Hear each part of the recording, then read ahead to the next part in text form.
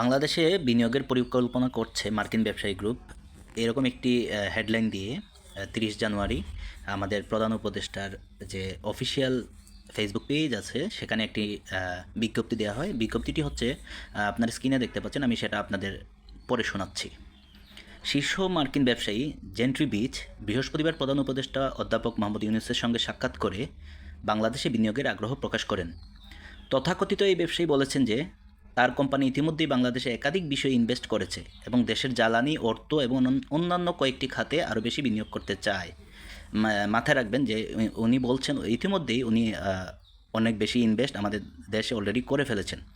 তো যাই হোক, বীজ আরও বলেন যে তার কোম্পানি রিয়েল এস্টেটে বিনিয়োগ করতে আগ্রহী, বিশেষ করে কম খরচে সামাজিক আবাসন, মহাকাশ এবং প্রতিরক্ষা খাতেও ওনারা বিনিয়োগ করতে চান। মিস্টার বিচ প্রধান উপদেষ্টাকে আরও বলেছেন, আপনি একটি দুর্দান্ত কাজ করেছেন, মানে পাম দিয়ে বা একটু ওনাকে খুশি করার জন্য বলেছেন যে আপনি একটি দুর্দান্ত কাজ করেছেন। আইন শৃঙ্খলা পরিস্থিতির উন্নতি হয়েছে এবং স্থিতিশীলতা ফিরে এসেছে। এদেশে আরও বিনিয়োগের সময় এসেছে, আমরা এখানে আসতে পেরে উৎফুল্ল। তো জবাবে প্রধান উপদেষ্টাও বলেন যে দেশ ব্যবসার জন্য প্রস্তুত, ব্যবসার অবস্থা এখন ঠিক আছে, আমরা আমাদের ইতিহাসে একটি নতুন অধ্যায় শুরু করছি। উল্লেখ্য, মিস্টার বিচের কোম্পানি পাকিস্তানে বিনিয়োগ করার পরিকল্পনা করছে। আমেরিকান ব্যবসায়ী জেন্ট্রি বিচকে নিয়ে বাংলাভিশন কী বলে, আসুন একটু আমরা দেখে নিই। বাংলাদেশে বিনিয়োগ করতে চায় মার্কিন যুক্তরাষ্ট্র। মার্কিন প্রেসিডেন্ট ডোনাল্ড ট্রাম্পের পারিবারিক ব্যবসায়িক পার্টনার ও ধনকুবের জেন্ট্রি বিচ ঝটিকা সফরে ঢাকাকে এ বিষয়ে আশ্বস্ত করেছেন। মজার ব্যাপার হচ্ছে যে আমেরিকান যে সাংবাদিক আছেন কুগেলম্যানও এই মিস্টার বিচকে নিয়ে, মার্কিন যে ব্যবসায়ী আছেন তাকে নিয়ে খুব উৎসাহ দেখিয়েছেন। উনি টুইট করে বলেছেন যে এই সপ্তাহে জেন্ট্রি বিচ ট্রাম্প পরিবারের ঘনিষ্ঠ একজন বিনিয়োগকারী বিনিয়োগের সম্ভাবনা নিয়ে আলোচনা করতে পাকিস্তানে এবং তারপরে তিনি বাংলাদেশে এসেছিলেন।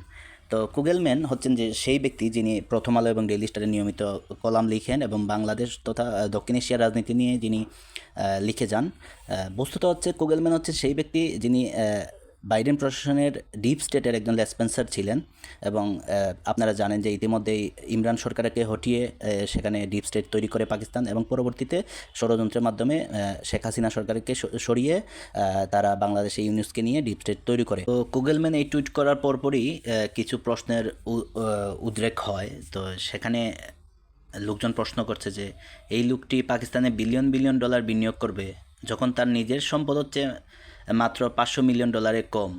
যে ব্যক্তি পাকিস্তানে এমন প্রযুক্তি নিয়ে আসছে যে 1 মাসের মধ্যেই সবচেয়ে বড় বিল্ডিং তৈরি করে ফেলবে, কিন্তু আমেরিকাতে এখনও এই প্রযুক্তি কেন আসেনি?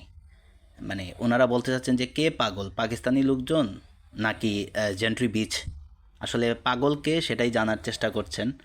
সবচেয়ে বড় কথা হচ্ছে যে জেন্ট্রি বিচ, যিনি ইতিমধ্যে আপনারা জানেন যে তার বাবা গ্যারি বিচ, যিনি মার্কিনে একজন ঋণখেলাপি, এবং সবচেয়ে বড় কথা হচ্ছে তার বাবা মার্কিন ব্যাংক থেকে বিপুল পরিমাণে অর্থ লুটপাট করেছেন এবং সেটা নিয়ে ডালাস মর্নিং নিউজ, মার্কিন যুক্তরাষ্ট্রের যে পত্রিকা, সেটা বিশাল আকারে নিউজ করেছে। আপনাদের স্ক্রিনে সেটাও দেখতে পাবেন যে কীভাবে জেন্ট্রি বিচের বাবা মার্কিন ব্যাংক থেকে টাকা লুটপাট করেছেন।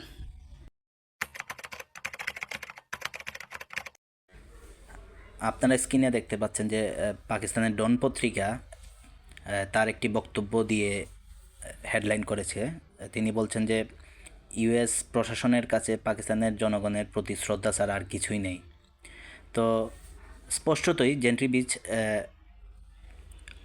পাকিস্তানে আসা নিয়ে অনেক উৎসাহ উদ্দীপনা ছিল। তো এক্ষেত্রে ট্রাম্পের ছেলে বলছেন জেন্ট্রি বিচ সম্বন্ধে যে তিনি অবশ্যই স্পষ্টতই জেন্ট্রি বিচ ট্রাম্পের তহবিল সংগ্রহ করেছিলেন, সেটা 2018 সালে, এবং টিকিট বিক্রি করেছেন। এবং একটা পর্যায়ে এসে ট্রাম্পের ছেলে জেন্ট্রিকে প্রতারকও বলেছেন।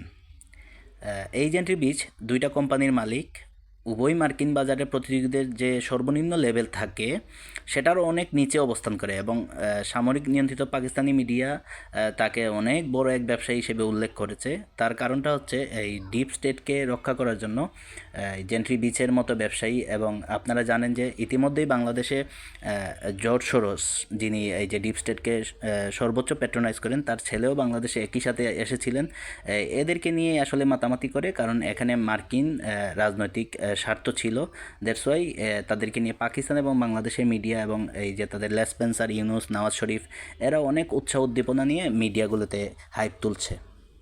হেনরি বিচকে নিয়ে পাকিস্তানের ডন পত্রিকা বা এরকম বিভিন্ন পত্রিকা যখন নিউজ করা শুরু করলো, তখন সাথে সাথে আপনারা দেখতে পাবেন যে পাকিস্তানের যে এমবেসি আছে, পাকিস্তানি আমেরিকান এমবেসি, তারা বলছে যে এটা একটা প্রাইভেট ভিজিট, এটার সাথে মার্কিন সরকারের কোনো সম্পর্ক নেই। এবং একই সাথে আপনারা দেখবেন যে আমাদের বাংলাদেশেও কয়েকদিন আগে একটি যে বিশাল বড় অর্জন বলা হয়েছিল যে ট্রাম্পের প্রশাসনের সাথে প্রথম কোনো চুক্তি যেটা করেছিলেন আশিক চৌধুরী নামের এক বাটপার, যে একটি প্রাইভেট কোম্পানির সাথে উনি এলএনজি চুক্তি করে সেটা বলেছেন যে ট্রাম্প প্রশাসনের সাথে প্রথম চুক্তি। অথচ দেখা গেছে যে পরবর্তী সময়ে আমাদের বাংলাদেশে অবস্থিত মার্কিন দূতাবাস সেটাকে বলছে যে এটার সাথে আমেরিকান গভর্নমেন্টের কোনো সম্পর্ক নেই, এটি একটি প্রাইভেট চুক্তি। ঠিক তেমনি পাকিস্তানেও কয়েকদিন আগে এই জেন্ট্রি বিচ যাওয়ার পর বলছে এটি একটি প্রাইভেট চুক্তি বা প্রাইভেট বেসরকারি কাজ কারবার, সেটার সাথে সরকারি কোনো সম্পর্ক নেই। মানে এভাবেই বিশাল ধূম্রজাল তৈরি করা হয়েছে। যে আশিক চৌধুরী নামক বাটপার, উনি একটা বাটপারি করলেন কয়েকদিন আগে। বর্তমান সময়ে আপনারা দেখেছেন যে জেন্ট্রি বিচ নিয়ে আমাদের প্রধান উপদেষ্টা, সরকারের যিনি প্রধান, তিনিও আমাদেরকে এরকম একটি স্ট্যাটাস দিয়ে সেরকমই একটি আমাদের সাথে প্রতারণাই করা হচ্ছে। আপনারা ইতিমধ্যে দেখেছেন যে বিপিএল খেলা হচ্ছে, এই বিপিএল এত বড়, এত বিশাল একটি বিপিএল হবে, সর্বকালের সেরা বিপিএল হবে বলে আমাদের সাথে সূক্ষ্মভাবে প্রতারণা করেছেন। এখানেও তারা প্রতিনিয়ত প্রতারণা করে যাচ্ছেন। আপনারা দেখেছেন বিপিএলে একটা সীমানা দৈর্ঘ্য ছিল 70 মিটার, সেটাকে কমিয়ে 50 মিটার করা হয়েছে, যাতে 4 ছক্কা খুব বেশি করে হয়। এবং দর্শককে এই ইলিউশনে রেখে তারা বোঝাতে চেয়েছিলেন যে বিপিএলটি অনেক সফল। এবং পরবর্তীতে আপনারা দেখেছেন যে স্পট ফিক্সিংয়ের অভিযোগ এসেছে যে ক্রিকেটাররা বয়কট করেছেন ম্যাচ। এভাবেই এক একটি বিষয় নিয়ে ওনারা বারবার আমাদের সাথে প্রতারণা করে যাচ্ছেন। ইতিমধ্যে আপনারা দেখেছেন যে জেন্ট্রি বিচকে ট্রাম্পের ছেলে বলেছেন যে উনি একজন প্রতারক।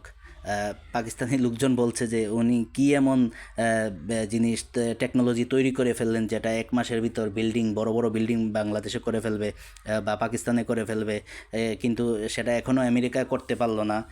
ওনাকে পাকিস্তানের জনগণ পাগলও বলেছে। এমবেসি বলছে যে এটা সম্পূর্ণ প্রাইভেট। এটার সাথে এখানে আরেকটি গুরুত্বপূর্ণ বিষয় যেটা রয়েছে সেটা হচ্ছে, আপনারা জানেন ইতিমধ্যে বিভিন্ন পত্রিকার মাধ্যমে বাংলাদেশের এবং আন্তর্জাতিক পত্রিকার মাধ্যমে আপনারা দেখেছেন বাংলাদেশের প্রায় 71% বিনিয়োগ আমাদের কমে গিয়েছে বা বন্ধ হয়ে গিয়েছে। এবং আমেরিকা ইতিমধ্যেই তাদের অ্যাকশন এইডের যে প্রোগ্রামগুলো ছিল সেগুলো বন্ধ করে দিয়েছে এবং হাজার হাজার কলকারখানা আজকে বন্ধ করে দেওয়া হয়েছে। সব কিছু মিলিয়ে বাংলাদেশের অর্থনীতি এই মুহূর্তে যে জায়গায় আছে, আপনারা জানেন প্রাণ আরএফএলের মতো কোম্পানি আজকে বন্ধ হয়ে গিয়েছে। বেক্সিমকো গ্রুপের প্রায় 50,000-এর মতো কর্মচারী আজকে বেকার। তারপরে গাজী টায়ার্স পুরোটাই পুড়িয়ে দেওয়া হয়েছে, ওখানেও বেশ কজন মানুষ মারা গিয়েছে, সেটাকে ধামাচাপা দেওয়া হয়েছে। মানে অর্থনীতির অবস্থা বর্তমানে ভঙ্গুর এবং আমাদের অর্থনৈতিক অবস্থা ভঙ্গুর তো বটেই, সেই সাথে মানুষের হাতেও কিন্তু টাকা পয়সা নেই। মানুষ একবেলা খায় তো আরেক বেলা খেতে পারছে না।